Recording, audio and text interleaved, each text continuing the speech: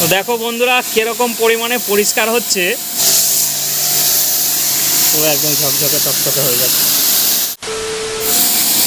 মেশিনের দ্বারা ওয়াশ করা হচ্ছে ঘরবাড়ি, আর ঘরবাড়ি হবে ঝকঝকে টকটকে।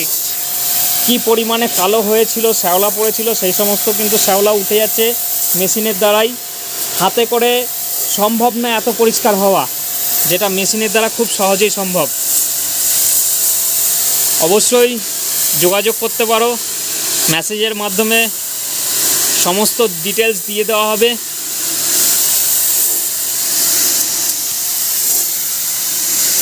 মেশিন ভাড়া 300 টাকা, এবং মেশিনের সাথে যে মিস্ত্রি যাবে সেই মিস্ত্রির একটা রোজ।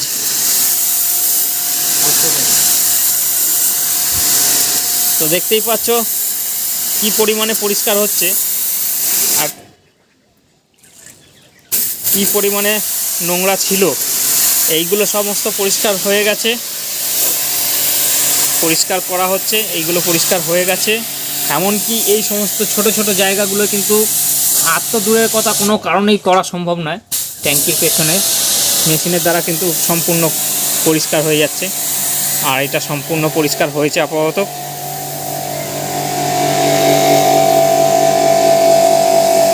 তো দেখো চিলেকোটার ভেতরটাও পরিষ্কার হয়ে গেছে। চিলেকোটাটা একবার দেখিয়ে দিই, ছাদটাও পরিষ্কার হবে। দেখো চিলেকোটাটা ঠিক এই সাদা ধবধবে হয়ে গেছে, এই চিলেকোটার মতনও এই ছাদটা হবে। আর ওইটা কিন্তু পরিষ্কার হয়ে রং হয়ে গেছে, ওটার ভিডিও আমি করে উঠতে পারিনি, সম্ভব হয়নি। আর এটারও ছাদটা পুরো জঘন্য কালো রং, মানে রং নয় সরি বন্ধুরা, পুরো শ্যাওলা পরে কালো হয়েছিল, এর থেকেও ডবল কালো হয়েছিল। এটা পরিষ্কার করা হয়েছে, এটাতে একটা রূপকোট অ্যাপ্লাই করা হবে। তো দেখো এরকম পরিষ্কার পরিচ্ছন্ন করে কাজ করা হচ্ছে, অবশ্যই যোগাযোগ করতে পারো। তো আরেকবার দেখিয়ে দিই কিরকম পরিষ্কার হচ্ছে, দেখো পুরো একদম ঝকঝকে টকটকে হয়ে যাচ্ছে।